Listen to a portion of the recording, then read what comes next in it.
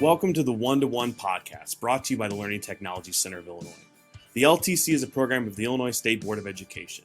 We support all K-12 districts, schools, and educators in Illinois through technology initiatives, services, and professional learning opportunities. Our work addresses high-needs technology and digital learning challenges, and we help schools increase access to and use of technology to improve educational opportunities for students.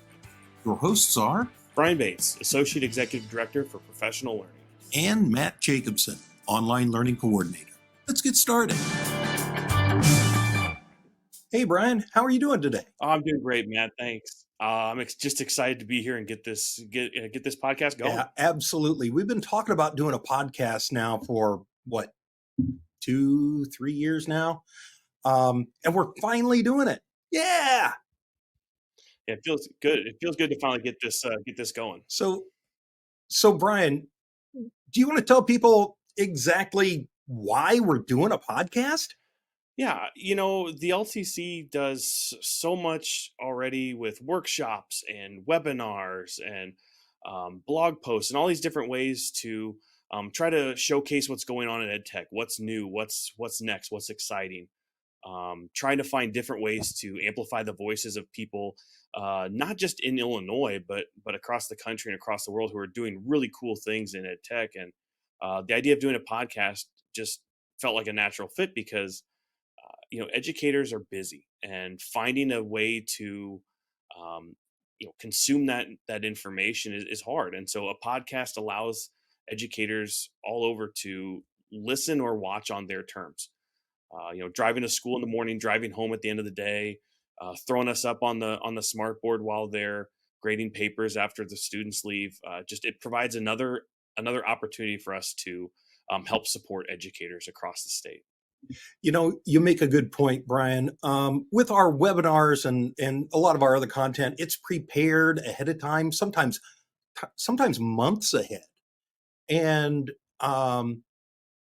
this podcast, we hope, is going to allow us to be a little bit more nimble and be able to respond to changes in education technology and respond to what our viewers and our listeners and the teachers and administrators we serve kind of respond to what they want to know a little more quickly.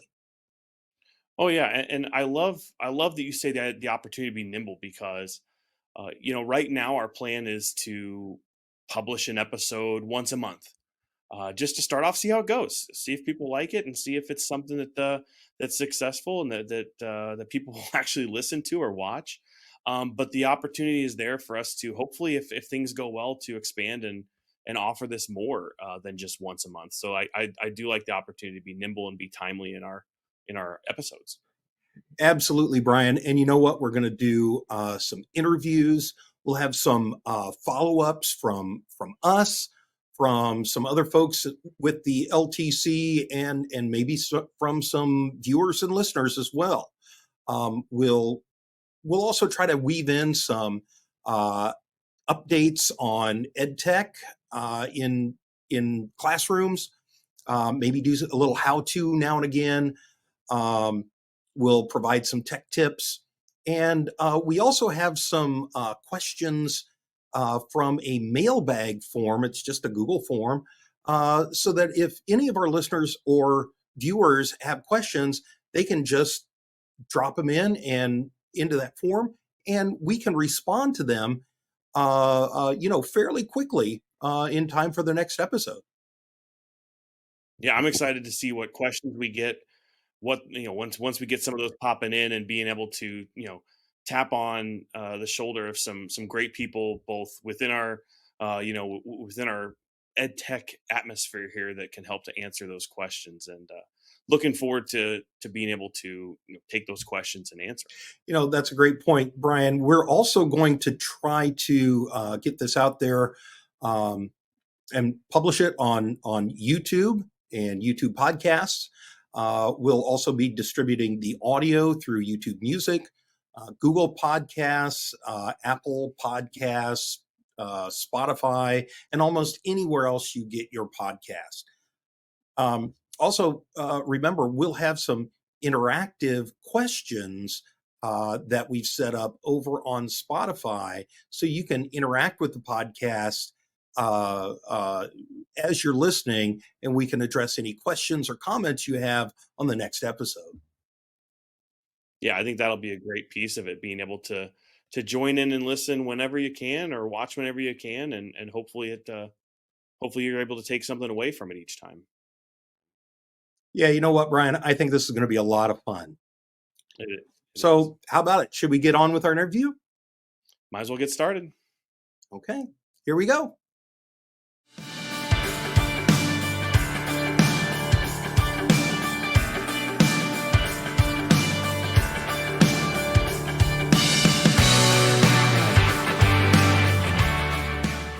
We'd like to welcome today Dr. Kristin Brynteson from Northern Illinois University. Kristen, can you tell us a little bit about Kristen? Who are you? What's new? What do you do? What makes you passionate about EdTech also? Oh gosh, those are some big questions, but no, yeah, I can tell you a bit about me. First off, thank you for having me on. I'm really excited to talk to y'all today. So I'm Kristin Brynteson. I'm the director of NIU STEAM. I've been at NIU for 14 years now, which is kind of mind-blowing to me. And that doesn't count the undergrad, the master's, and the doc from NIU too. So wow, lifer Husky. Um, yeah, I've been working here with the P20 Center and NIU STEAM for most of that time. Really exciting to see kind of all the different changes and everything. What's new in my life, on a personal note, I'm an empty nester now. My kids have moved out, both finished their degrees at NIU and are off to masters. So entering that new phase in life, which is really exciting and fun. Oh, that's good. Here at NIU, what I do as the director of NIU STEAM, I manage a team of STEAM educators and instructors, a very talented team. It's really an eclectic team of instructors. So NIU STEAM sits within the Division of Outreach, Engagement, and Regional Development. We work with our academic offices and departments, but mainly our job is to work with the general public, with K-12, in order to really get people excited about STEAM, understand the career opportunities, and build the skills and capacity for being successful in science, technology, engineering, arts, and math. And so we've got a wide variety of programs that we do that through. We really focus on three main audiences, actually four, if you kind of broaden the definition. We work a lot with families and the community. So those are programs such as our summer camps, STEM Fest, which I'll talk about in a bit because that's the big news that's coming up, is STEM Fest. But our community programs, our STEM cafes, so those have this community and family focus. Then we also work with schools, educators, and students. So that's bringing programming into the schools, working with teachers on professional development, or providing opportunities for K-12 students to come to NIU and work either on campus or work with some of our faculty. And then we've got our faculty and staff audience working with our NIU faculty and staff. We hire students. We have opportunities for students to volunteer. We partner with faculty, so we're connecting in with some of the cutting edge research that's happening here on campus. So really being that engagement arm for the university around STEAM. And then finally, we work with our business and industry partners. So a lot of times we'll have industry mentors coming in and working with our students. A lot of our programs might have sponsorship opportunities. So there's a lot of ways that business and industry then connect in with the programming we do. So in a nutshell, that's what NIU STEAM does. And there's a lot of different programs and projects that are connected to that. That's great. You just listed off a ton of different ways that you are, supporting, not just educators, but the community and more beyond that. Could you tell us a little bit about the NIU STEAM framework and how that helps to support STEAM educators? Sure. So One of the things that we noticed as we have been doing this work is there's a lot of talk and a lot of people who are looking at what does STEM and STEAM education look like. So several years ago, I think it's been about five years now, we really took a survey across all of our programming to see what's common. How are we connecting to the latest research in these areas? And so we did a lit review of what is the research saying about STEM and STEAM education, about student engagement, about what an effective and nurturing STEAM environment looks like, and what are the career, like especially along the career pathway and pipeline. And through that work, we laid out a STEAM framework. And our framework consists of what we call 6 catalysts. And those 6 catalysts help us across 3 tiers of impact. And so the catalysts really are kind of what is the core of STEAM. So really it's moving beyond the individual letters. It's not just science, technology, engineering, art, and math. It's about what are we trying to do in that learning environment? How are we trying to engage learners, empower them to take ownership of their own learning and making connections, and really fostering enthusiasm for learning across all of our audiences. And so the 6 catalysts start with problem-based and project-based learning. The driving question, authentic learning problems, really anchored in a local context. So how are we getting our learners to look at the problems that exist within their own kind of world and frame of reference? And then how do you bring that into the classroom to help them learn through the solving of projects and learn through building hands-on projects? The second one is concepts and content. So anchoring in the learning standards. It is about connecting in with the science concepts, the math concepts, especially in those science and engineering and math practices. How are we getting our students and learners to think like a scientist and think like an engineer? My background is engineering. I started as a process engineer. And so it's helping people understand that engineers think a certain way. There's a process for the problem solving. Same with scientists and mathematicians. So we bring the content in through connecting to the learning standards. The third catalyst used to be called 21st century skills. As we sit here 23 years into the 21st century, it was time to think about what are we calling those. So for some, we talk about soft skills, but we know that that's kind of a term that we've shifted away from. The state of Illinois with the pathways, with career pathways, you're seeing these essential employability skills, those cross-cutting interdisciplinary competencies that are useful across any career path. And so we've adapted the essential employability skills language, and that is looking at teamwork, reasoning, critical thinking. There's 10 of those that really are infused throughout all of our programming. And that helps to make that career connection, which that's also one of our catalysts. Catalyst 4 is all about growth mindset, growth and persistence.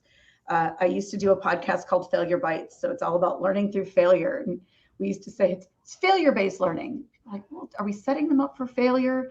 No, it's about helping students get through that productive struggle to persist through things that are difficult and to see that failure is a way to learn. So that's another piece that you'll see in all of our programming.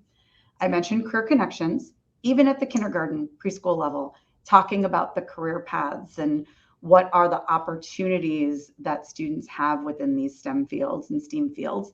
And then finally, Catalyst 6 is transdisciplinary approach. So kind of taking it the next step beyond interdisciplinary or cross-disciplinary and really having the driving question be what connects the content areas. So interdisciplinary, where we sit down and you've got a math teacher and an ELA teacher and a science teacher planning together. Interdisciplinary would be more of that approach where the students' questioning and curiosity connects them to the content areas. So those 6 catalysts become kind of the foundation of all of the programming that we do. You'll see a connection to at least one of those catalysts in all the programming we do, depending on what tier it's at. And so that's where we move into the tiers of impact.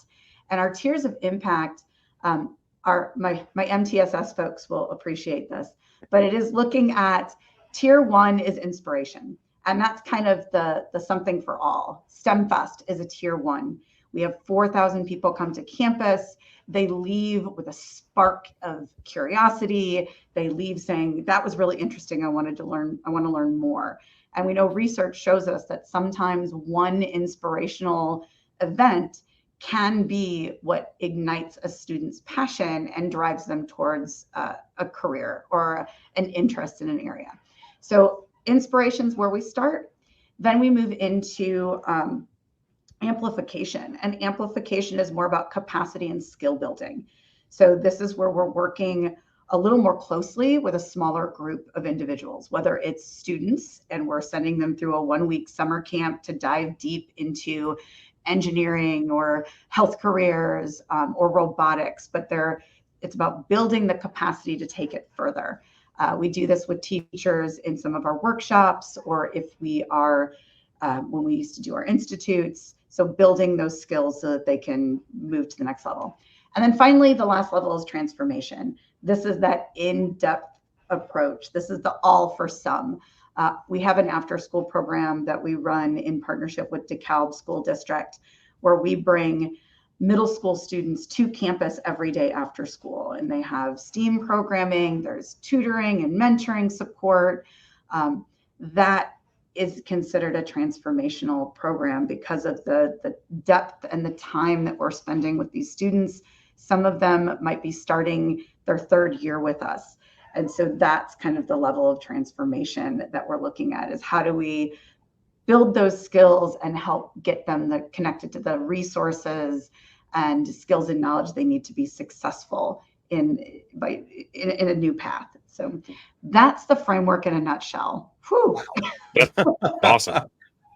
That's a big nutshell too. It's a big Yes, it nutshell. It's, walnut, coconut kind of shell. Yeah.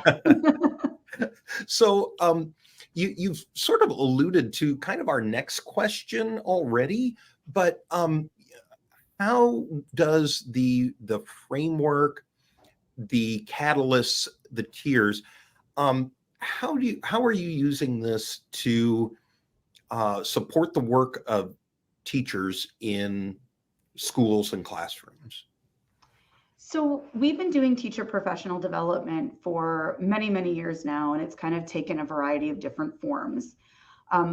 But kind of pre-COVID, in through COVID, we've started rethinking how do we build off the research of what makes good teacher PD? Because we know there's varying levels.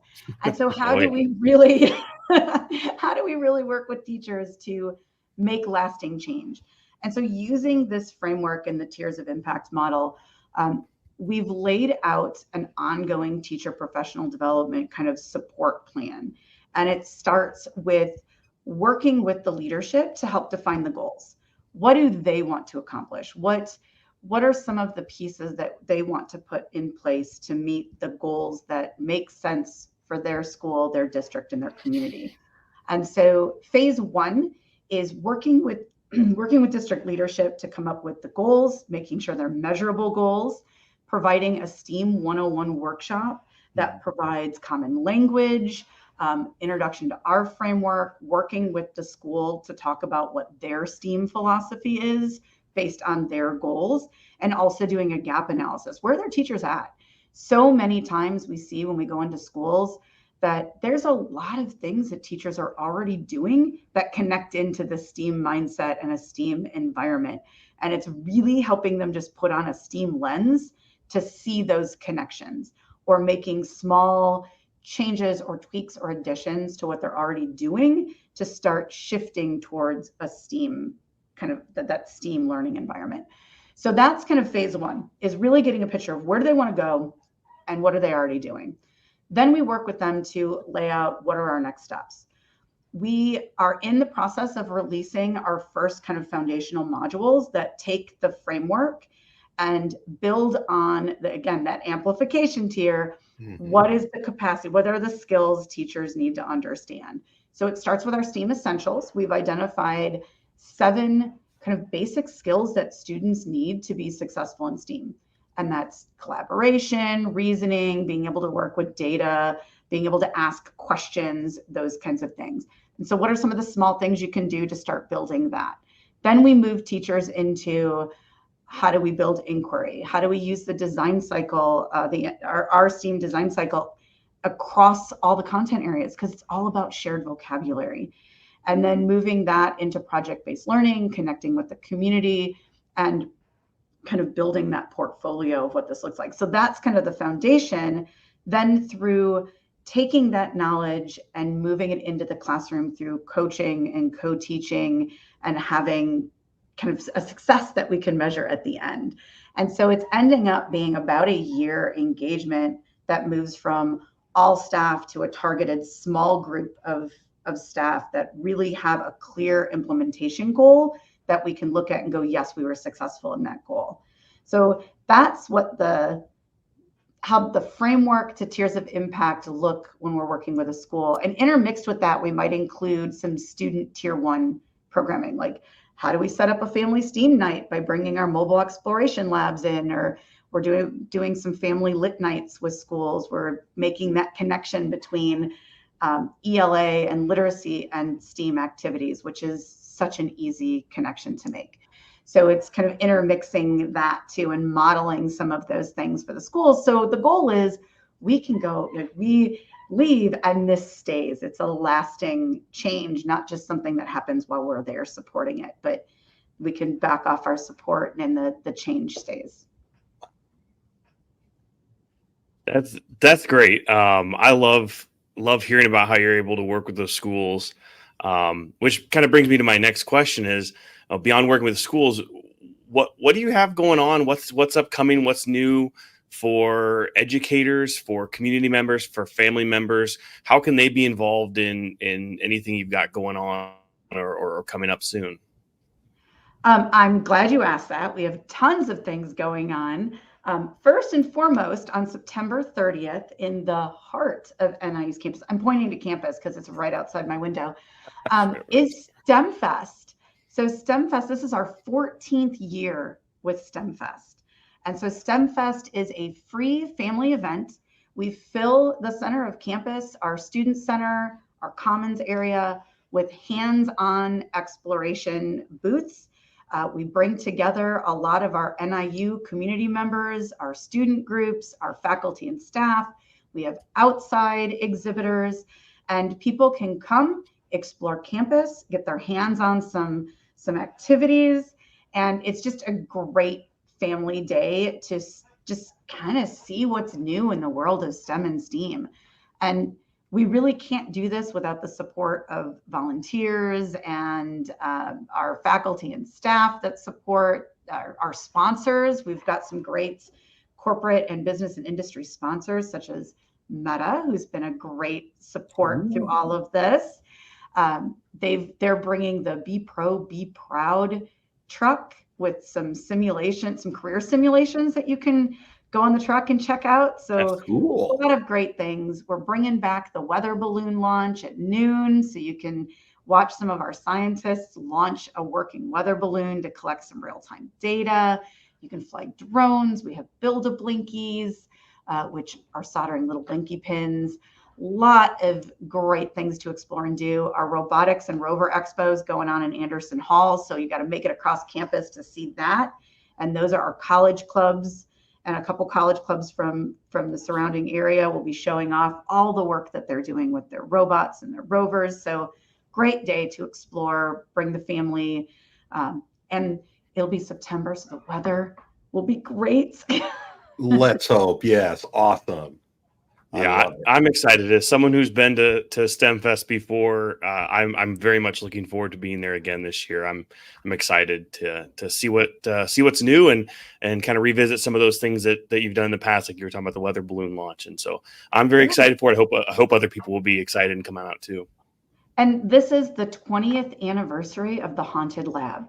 So STEM Fest started over 20 years ago with the Haunted Lab in one of our buildings, and that grew into this festival that then moved to the Convocation Center, that then moved to the center of campus. So the Haunted Lab will also be there in the Capitol Room in HSC. So you can kind of see what started it all and how it grew from hands-on activities to what it is today, 14 years later for STEM Fest and 20 years later for the Haunted Lab. Wow, that is so cool. Kristen, as we kind of start to wrap things up, if people want to learn more about NIU STEAM and the work that you do to support educators, where would they go? What can they do? So there's a few different ways to connect with us. There's always our website at niusteam.niu.edu. That's where you can see some of our programs, all of the different things that we've got going on. On that site, you can also sign up for our newsletter. We do publish a newsletter twice a month, I think it is. Don't quote me on that. We've got some special ones that run as well. And that is a great place to stay up to date with what's going on, when do summer camp registrations open, when do, news on STEM Fest. You can also find us on social media. We're on Facebook, Instagram, and Twitter. That is a great place. We're trying to keep those live and posted. We have a YouTube channel with some different videos. We have a fairly active blog, so we're trying to get blog posts. So the instructors, we're trying to share what we do and share our expertise. Because I said we've got such a wide range of expertise on our instructor team. So we'll be posting blogs. You can either see those on our website, or again, we'll highlight those in our newsletter. So lots of different ways to connect with us. Awesome. Yeah, I connected with you, I think, first through your personal blog some years ago. Do you have any other things going on outside of NIU STEAM? I do. Yeah. I do. So personally, I write as part of hotpinktech.com. That's my own personal blog. I do a lot around EdTech. You asked me before what got me passionate about EdTech. I think it's just because there's so many amazing technology tools out there and the possibilities are endless. And so I do write a bit about EdTech, about kind of some of my own personal creative journeys out there. So you can see what I'm up to outside of work hours over on hotpinktech.com. I'm also on Twitter and some of the other social media channels as well. Or X. I guess it's not Twitter anymore, is it? I'm on X. It's, That's going to take a long time to change my vocabulary on. I still call the Sears Tower the Sears Tower. Right. There's those things that are just Some part things of our can't lexicon that, yeah. Yep. So, well, Kristen, thank you very much for spending a little time with us today, telling us a little bit about you and about the work that you and the whole NIU STEAM team has been doing. And we are looking forward to lots of news about STEM Fest and things like that. And Brian, maybe Brian can be our on the scene reporter there. I will be doing that. All right. Thank you so much, Kristen. Thank you. Thank you so much. Thanks for having me. It was a pleasure and good luck with everything. And hopefully we'll see you at STEM Fest. Yeah. Sounds great. So it was great to hear what NIU STEAM has going on for them. And it was great to hear from Kristen about all the things that they're working on. But let's take a moment to get a broader view of STEM and STEAM education in Illinois. And we'll bring in Sarah Phelps. Sarah is the Computer Science and STEM Program Manager for the LTC. Sarah, what's happening with STEM in Illinois right now? So STEM or STEAM, depending on your favorite term, doesn't have a ton of guidance at the state level, meaning there's no official definition or standards for Illinois. But generally, when I talk to teachers who are working on adding more STEM into their classrooms, what we're talking about is that combination of science, technology, engineering, art, math, some sort of coordination of those topics. And a lot of times they're tying it to other content like reading and social studies as well. You know, in Illinois, we do have science standards, the NGSS standards. We also have some computer science standards, guidance for media literacy and digital citizenship and internet safety. So really, what I encourage teachers is to look at overlaps in all of those different guidance documents, and really have fun. STEM is such a great way to get kids thinking and actually doing activities with their hands. A lot of times STEM is project based, it's at least problem based, and students really dive in deep into the concepts when we give them a chance to really bring it into the real world. So really what I tell teachers is look for opportunities for creativity, collaboration, critical thinking, and communication, you know, those four C's. This is a chance to create shared learning experiences and really have fun with these things as you look for ways to incorporate it into your classroom. Okay, Sarah, so you bring up a really good point there. Let's say I'm a brand new STEM teacher, or maybe I'm a principal or a curriculum coordinator who's trying to build a STEM program in my school.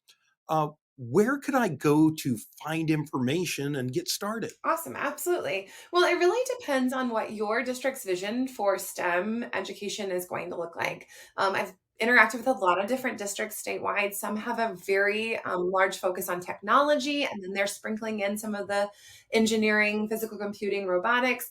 Some districts don't have technology as a major focus at all, and they are really doing a lot of the hands on projects. They're building, they're creating, they're innovating.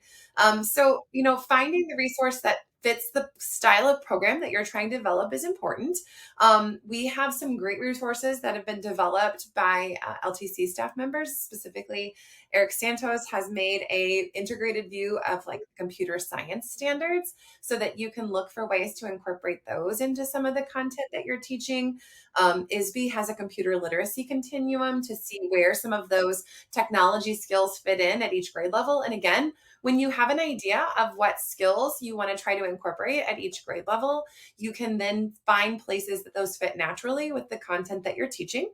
I like to direct people to the NGSS, specifically the engineering standards, because they give some really great ideas for how to do some performance-based activities related to engineering.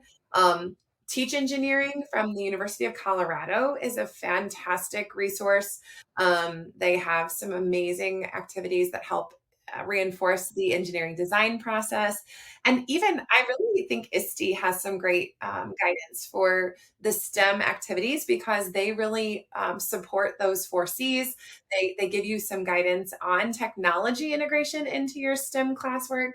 But there's so many different guiding documents. You really have to think about what the goal is for your district and what do you want to try to incorporate? Is it more engineering? Is it trying to infuse some technology in with some of your content? Whatever it is that you're trying to accomplish, we've got lots of different support documents that can help you. Yeah, that's awesome. I think it's really important to have kind of the goal in mind of what do you want this to be, because it can go a lot of different directions, as you said. It depends on what you want to focus on, what path you want to take. Starting with that goal of what you want the program to be is incredibly important. Sarah, what kind of services can you or the LTC offer to schools or teachers interested in growing their STEM programs? So one of, I think, the most invaluable resources that we have is a CS and STEM networking meeting once a month. And that's kind of a time for teachers all across the state of Illinois to get on and talk to other teachers that are teaching STEM and CS. And, you know, my experience was when I was working in a school district, I taught STEM and I was the only one. And I didn't have anybody to collaborate with or to, you know, ask questions or see if they had any experience with a resource that I was considering. So this networking meeting is there for you to connect with other teachers to see how they're bringing STEM and CS into their classrooms.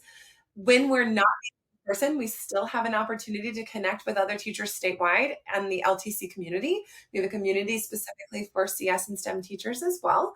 And then really I love talking individually with people. So, my contact information is on the LTC website. I can absolutely help support planning or, designing some sort of a pathway or, just helping you work through some of the content and the standards that are out there.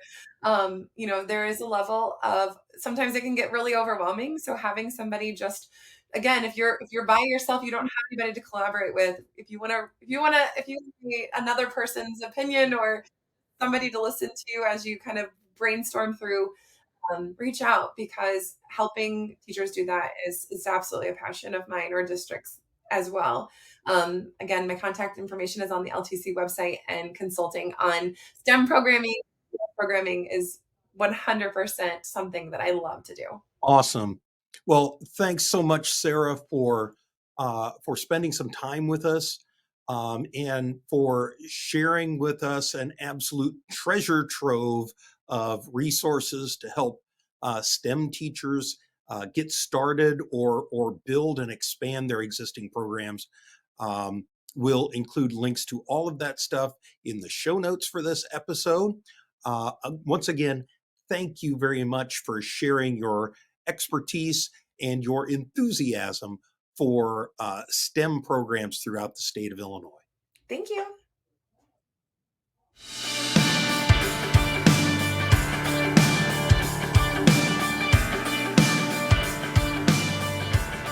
Hi, everybody.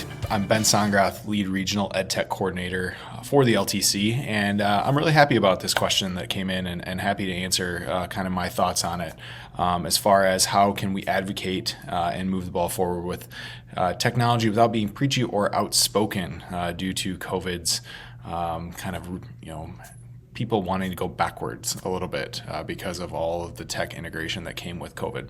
So here's my response to that.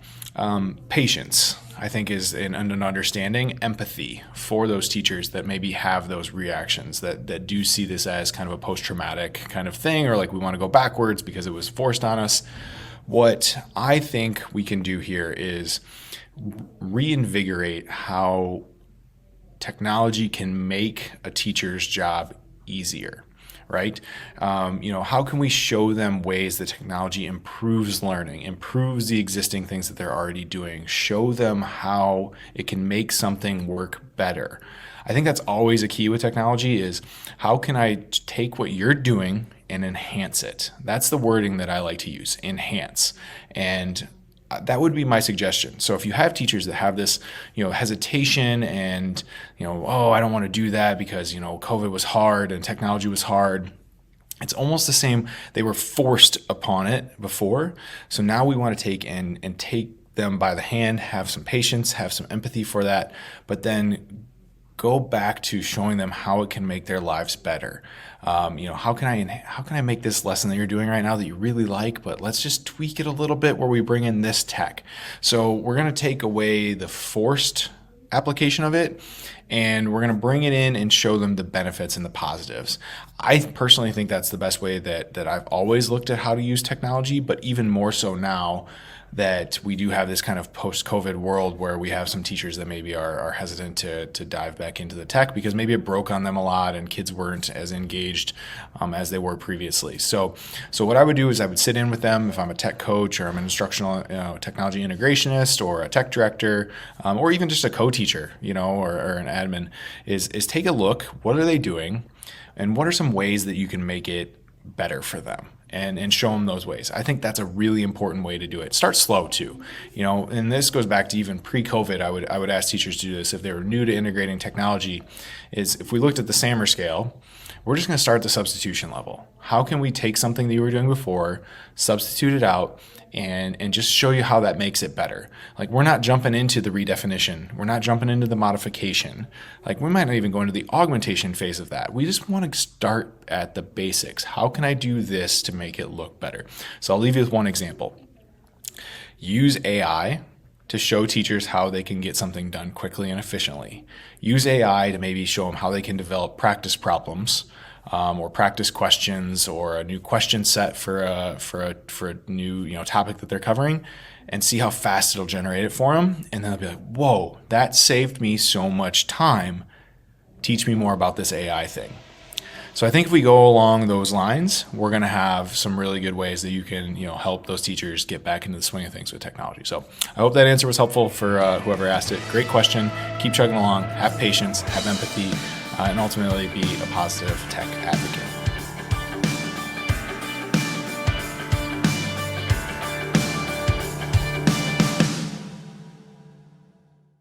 Hi, everyone. Matt here. I apologize for the audio quality in a few of the segments on this podcast episode. We will get better in the future. Speaking of the future, we have a couple of great interviews coming up that we will release kind of on a monthly schedule, as Brian pointed out earlier in the episode. So we hope you'll come back and join us either on YouTube for this video portion, or on Spotify, Apple Podcasts, Google Podcasts, or wherever you listen to your podcasts. Thanks for joining us this time, and we hope to see you again in episode 2.